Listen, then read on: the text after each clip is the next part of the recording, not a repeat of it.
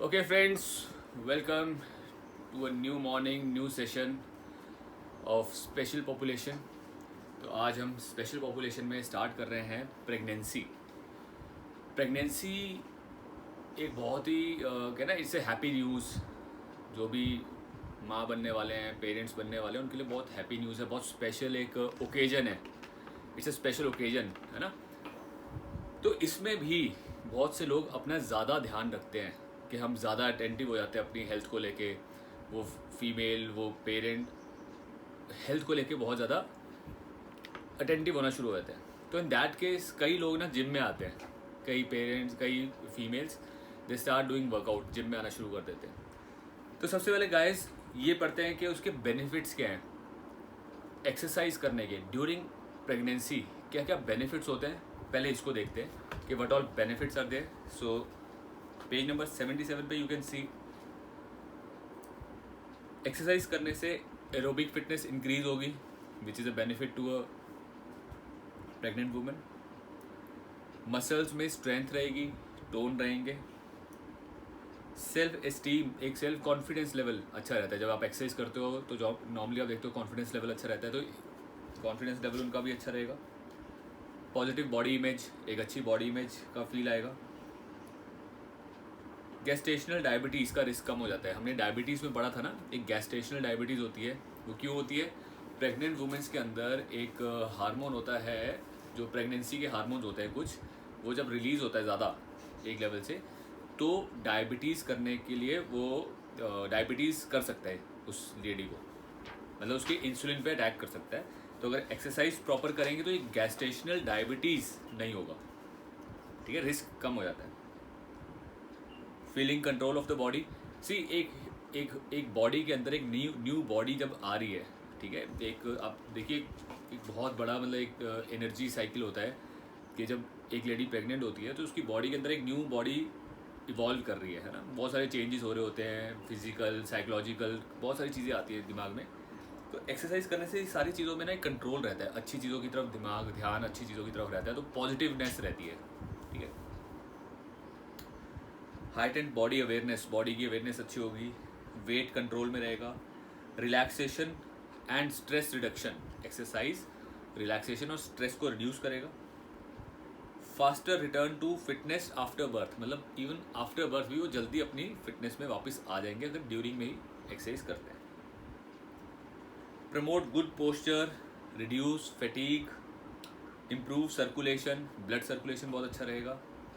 And helps prevent constipation, constipation वगैरह से उनको दिक्कत नहीं आएगी। गाइस ये तो सारे बेनिफिट्स उनको मिलेंगे एक्सरसाइज से, ठीक है।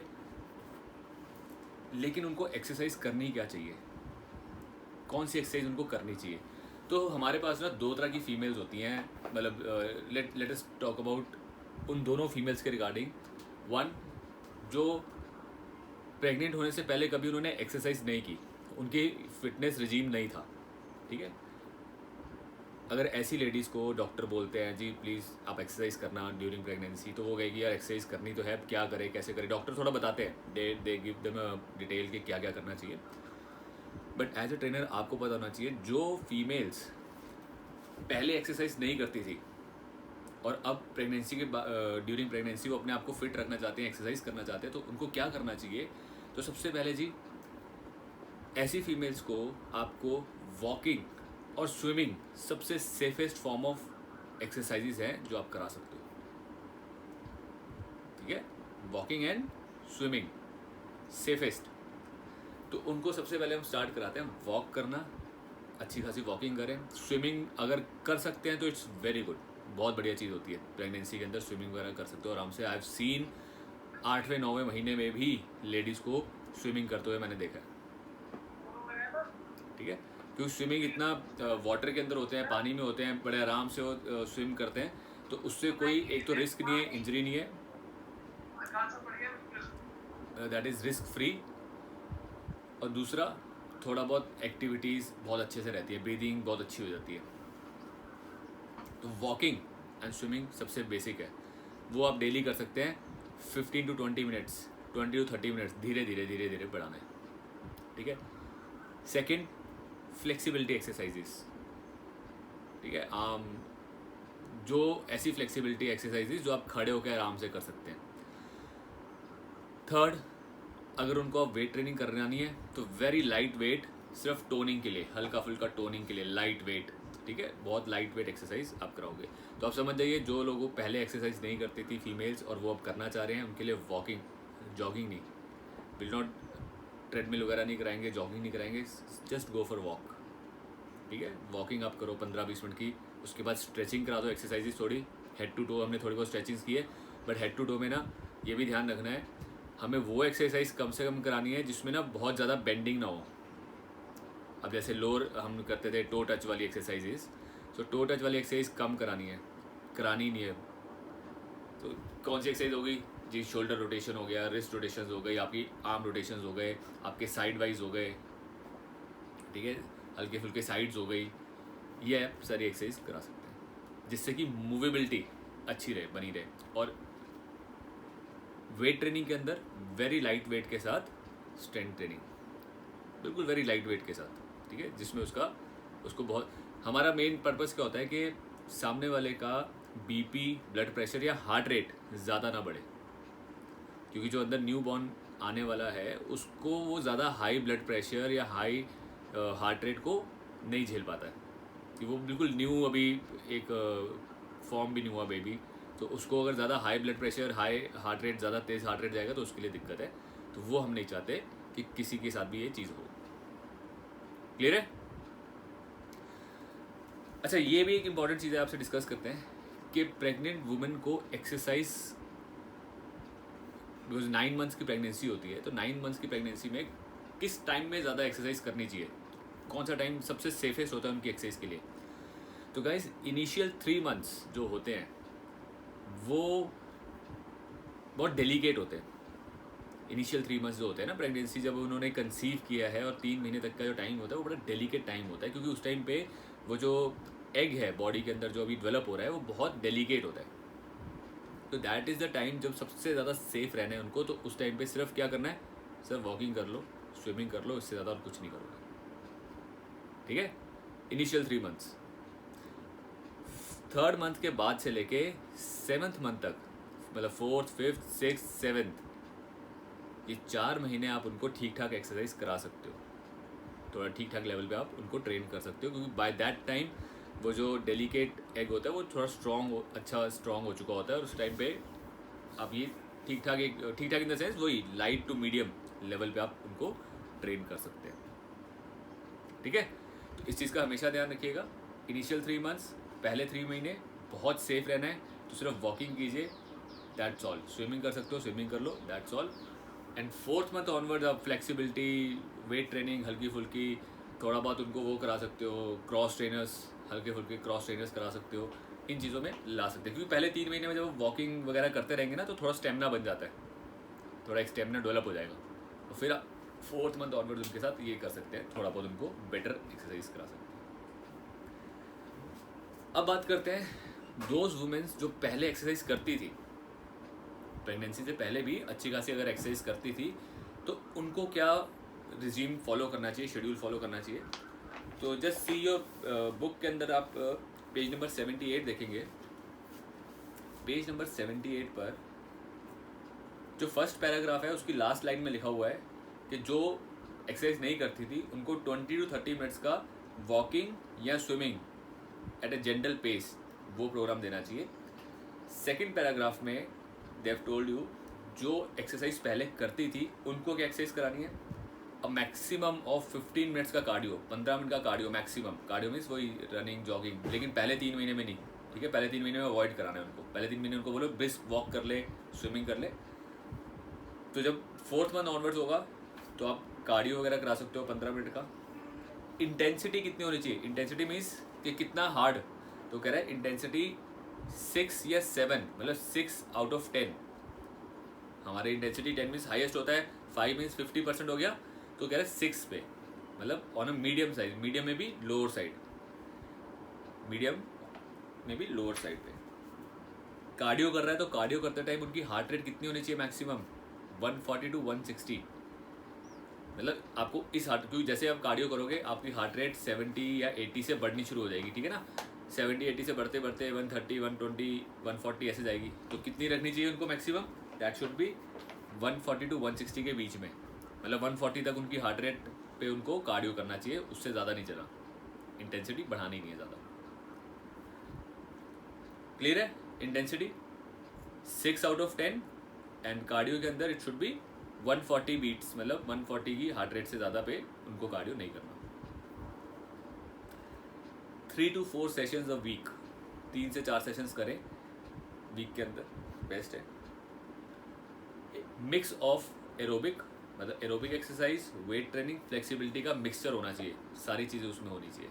अ mix of aerobics, flexibility and weight training. Clear है यहाँ पे? सो गाइज, इन चीज़ों का हमें ध्यान रखना है।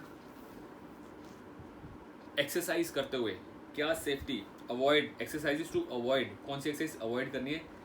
एनी एक्सरसाइज जिसमें एकदम से इंटेंसिटी चेंज हो जाए, जैसे एकदम से चलते चलते भागना है, भागते हुए रुकना है, इंटेंसिटी को एकदम चेंज नहीं करना, आपको कंसिस्टेंट रहना है, ठीक है? कंसिस्टेंट फॉर्म ऑफ इंटेंसिटी, ताकि हार्ट रेट एकदम से फ्लक्चुएट ना करे, हार्ट रेट धीरे धीरे बढ़ रहा है और धीरे धीरे रिलैक्स हो, ठीक है? वो एक्सरसाइज नहीं करनी, ऐसी एक्सरसाइज जिसमें फ्लक्चुएशन ज़्यादा, वो नहीं करना।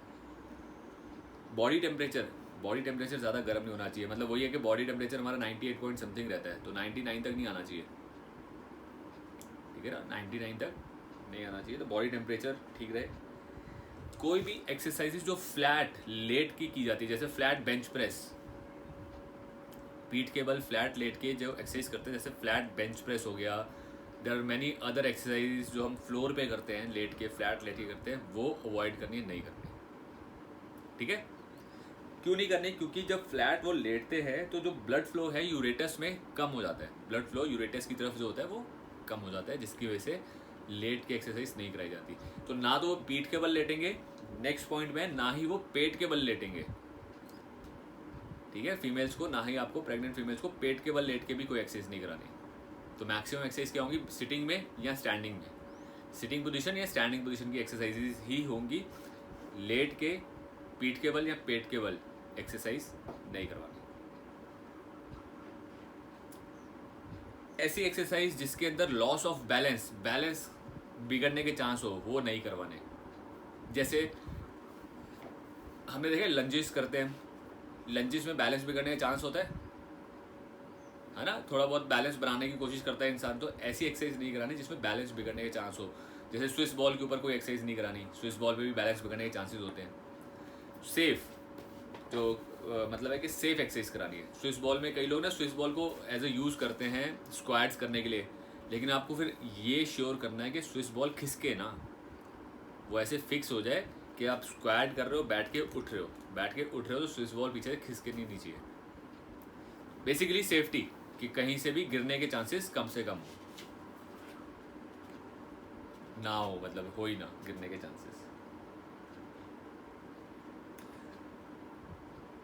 ट्रंक, कमर के एरिया की एक्सरसाइजेस नहीं करानी, क्योंकि पेट के आसपास की एक्सरसाइज अवॉइड करनी है, नहीं करवानी। तो बेस्ट एक्सरसाइज कौन सी होती है? फंक्शनल ट्रेनिंग, जैसे स्क्वाट्स, पुशअप्स, ठीक है? इस तरह की एक्सरसाइज। पुशअप्स में भी हमें क्या ध्यान रखना है कि कोशिश वो नहीं करनी बिल्कुल ऐसे लेट के पुशअप्स करने के बजाय, गिव देम बेंच पुशअप्स, ठीक है? थोड़ा सेफ्टी के लिए बेंच पुशअप्स के ऊपर आप ज़्यादा अच्छे से उसको करा सकते हो।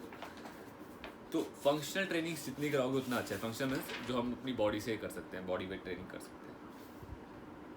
स्क्वाट जब करते हैं, स्क्वाट में डीप स्क्वाट नहीं करना, ठीक है? स्क्वाट कितना करना है? 90 या 90 से थोड़ा ऊपर रहेगा, कोई दिक्कत नहीं है, नीचे नहीं जाना, समझ रहे हो? जब आप बैठ रहे हो तो हम बैठते हुए क्या करते हैं ना, ये बैठे 90 और 90 से नीचे भी जाते हैं, नीचे की तरफ नहीं जाना, 90 या ऊपर रहेगा, कोई दिक्कत नहीं है, नीचे नहीं जाना, डीप स्क्वाटिंग नहीं करनी। इन चीज़ों का ध्यान रखते हुए और भी कुछ वार्निंग साइंस हैं कि एक्सरसाइज करते हुए अगर सामने किसी को कुछ दिक्कतें आ रही हैं, जैसे शॉर्टनेस ऑफ ब्रीथ, सांस लेने में दिक्कत आ रही है, डिजीनेस, थोड़ा उसको चक्कर वक्कर आ रहे हैं, हेडेक हो रहा है, चेस्ट पेन हो रहा है, स्वेलिंग आ रही है पैरों में, काफ में,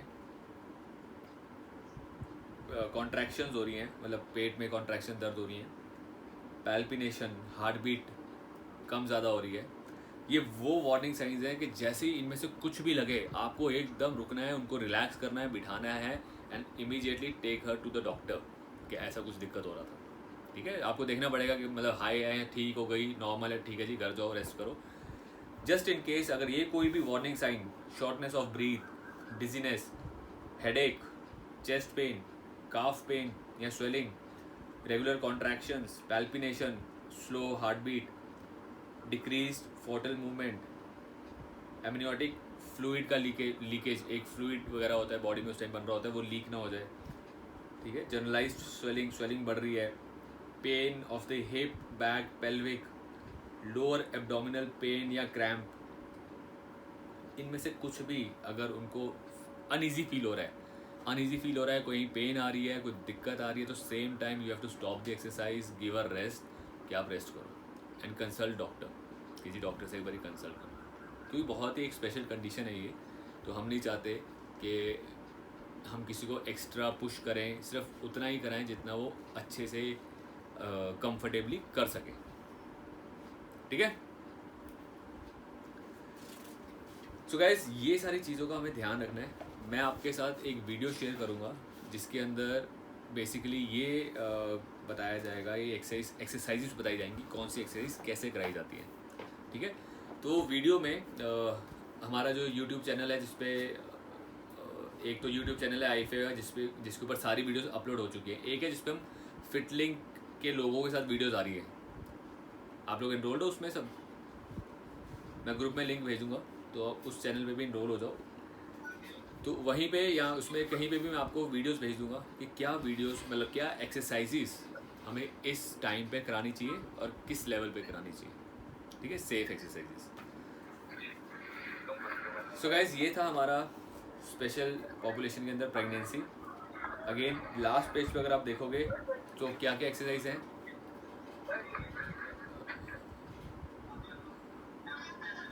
तो इसमें एक्सरसाइज क्या है, वाटर बेस्ड योगा बहुत इफेक्टिव है, योगा बहुत अच्छी है, Pilates, low impact cardio, same वही है, low intensity weight training and flexibility है, सारा कुछ वही। जस्ट आपको ध्यान रखना है उन चीज़ों का जो हमने डिस्कस की, कि जो फीमेल्स ने पहले कभी एक्सरसाइज नहीं की वो एटलीस्ट इतनी वॉकिंग और स्विमिंग का लेवल रखें, जिन्होंने पहले की हैं तो उनका भी हम लाइट मॉडरेट लेवल पे उनको ट्रेन करें। यस सुहेल, आपका हैंड रेज है। सर जैसे कोई प्रेग्नेंट लेडी है, अगर उसको चेस्ट के वर्कआउट करानी है तो उसमें क्या कराना चाहिए? पुशअप्स, उनको बेंच प्रेस नहीं कराएंगे, क्योंकि बेंच प्रेस अभी जैसे हमने डिस्कस किया कि फ्लैट बैक पे, करा सकता है? हाँ पुशअप्स करा सकते हो ना, पुशअप्स में भी। पुशअप में जो पोजीशन होती है वो तो उल्टा हो जाएगा ना, पेट की साइड। हाँ शायद आपने अभी ज्वाइन किया है, मैंने अभी क्योंकि अभी हमने बताया था कि पुशअप्स में भी बेंच पुशअप्स, ठीक है, उनको ऐसा नहीं कि बिल्कुल ऐसा कराना है, बेंच पुशअप्स पे जी। तो इन सब चीज़ों को, इसीलिए मैं ये एक वीडियो शेयर करूँगा सबके साथ, तो उस वीडियोस के अंदर सारी एक्सरसाइजेज हैं, क्या क्या एक्सरसाइज सेफ़ होती है और कैसे करनी है, हमने यहाँ डिस्कस किया है। गाइस मैं सबके ना माइक्स म्यूट रखिए आप सब लोग अपने, क्योंकि किसी की भी पीछे से आवाज़ आती है ना तो डिस्टर्बेंस आती है सुनने में। तो जब भी आपको कुछ पूछना है आप हैंड रेस कीजिएगा, हैंड रेस पे हम लोग फिर आपको बुला लेंगे, आप बात कर सकते हैं। यस योगेश। सर डाइट क्या रहेगी sir during pregnancy? Okay, so diet में सबसे बेस्ट डाइट रहती है फ्रूट्स वेजिटेबल्स, सबसे बेस्ट है। जितने कलरफुल आपकी थाली में ना रेनबो होना चाहिए, मतलब at the time of pregnancy जो डाइट ऐसी होनी चाहिए जो ईजिली डाइजेस्टेबल है, जो आराम से डाइजेस्ट हो जाए। हैवी डाइट बिल्कुल नहीं खानी, क्यों, गैस की प्रॉब्लम, गैस्ट्रेशनल प्रॉब्लम्स होने के सबसे ज़्यादा चांसेस होते हैं। तो जितना आप उसको, जितनी कच्ची चीज़ें खा सकते हैं ना, जैसे कुछ फ्रूट्स है जो हम कच्चे, फ्रूट्स तो सारे कच्चे खाते हैं, कुछ वेजिटेबल्स भी है जो कच्ची खा सकते हैं, जैसे कैरेट, रेडिश। तो जितना आप वो फूड खाओ जिसको कम से कम कुक करना पड़े, जैसे वेजिटेबल्स को भी बहुत कम कुक करना पड़ता है, हल्का कुक करना पड़ता है और वो तैयार हो जाती हैं। नॉन वेज को बहुत ज़्यादा कुक करना पड़ता है, ठीक है, तो उतना ही ज़्यादा उसको डाइजेस्ट करने में टाइम लगता है। नॉन वेज सबसे ज़्यादा अवॉइड करना है आपको, simple light things, vegetables, fruits का कंटेंट अच्छा रहना चाहिए। कुछ लेडीज़ को दे आर मिल्क लैक्टेट, मतलब उनको मिल्क कईयों को ना ठीक नहीं होता, तो उनको मत दो दूध वगैरह। जिसको ठीक है, कैल्शियम देने के लिए फिर कैल्शियम की ना कुछ सप्लीमेंट्स चलते हैं। तो मोस्टली सप्लीमेंट्स जो भी चलाने हैं, डॉक्टर कंसल्ट करके, डॉक्टर्स जो बोलेगा वो ही देना है उसको। डाइट में डॉक्टर से पूछो, जो डॉक्टर बताए। आपको ये चीज़ों का ध्यान रखना है कि उनका फ्रूट्स, वेजिटेबल्स एंड छोटी छोटी डाइट, ठीक है। पेट भर के नहीं खाना एक बारी में, 6 से 7 से 8 डाइट्स ले सकते हैं, कोई बात नहीं, बट छोटी छोटी डाइट्स भूख लगने पे खाएं। हाँ जी सुहेल। सर ये प्रोटीन वगैरह की क्वांटिटी पूरा करने के लिए क्या लेंगे? अगर फ्रूट्स लेंगे, ग्रीन वेजीज सी प्रोटीन तो वेजिटेबल्स में बहुत होता है, वेजिटेबल्स, दालें, इन सब में बहुत होता है प्रोटीन। क्या क्या ले लेंगे? अगर जैसे मीट वगैरह दे नहीं सकते, चिकन हो गया, मीट हो गया, और देखो जितना आप उनको प्रोटीन का लो प्रोटीन पाउडर हो गया। प्रोटीन के बारे में अगर बात करते हैं, प्रोटीन उनको किस लिए चाहिए? Because they are not training that well.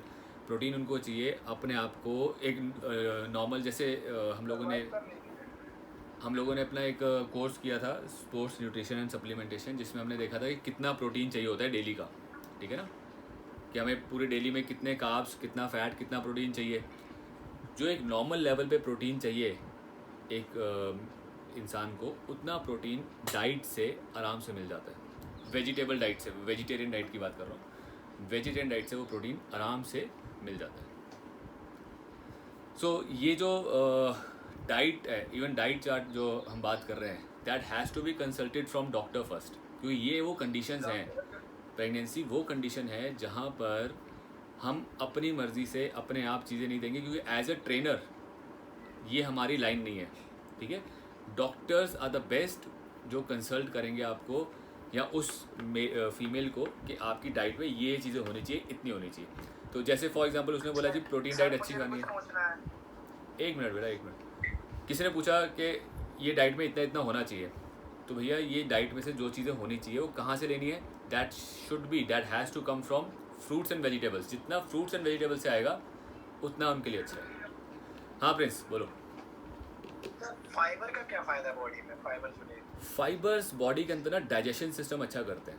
Fibres क्या होता है? प्लांट बेस्ड फाइबर ज़्यादातर प्लांट्स में होता है, वेजिटेबल डाइट में होता है। ये ना प्लांट्स में एक चिकनापन होता है, प्लांट्स के अंदर फाइबर जो होता है वो बेसिकली एक चिकनापन होता है।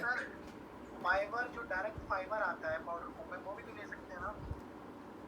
सी सप्लीमेंट्स में क्यों जाना है? अगर आपको सब कुछ नेचुरल मिल रहा है तो why you want to go for supplements? आप प्रेगनेंसी की बात कर रहे हो या फिर अपने लिए बात कर रहे हो? मतलब एक नॉर्मल कंडीशन के लिए बात कर रहे हो, किस पे? अपने लिए बात कर रहा हूँ।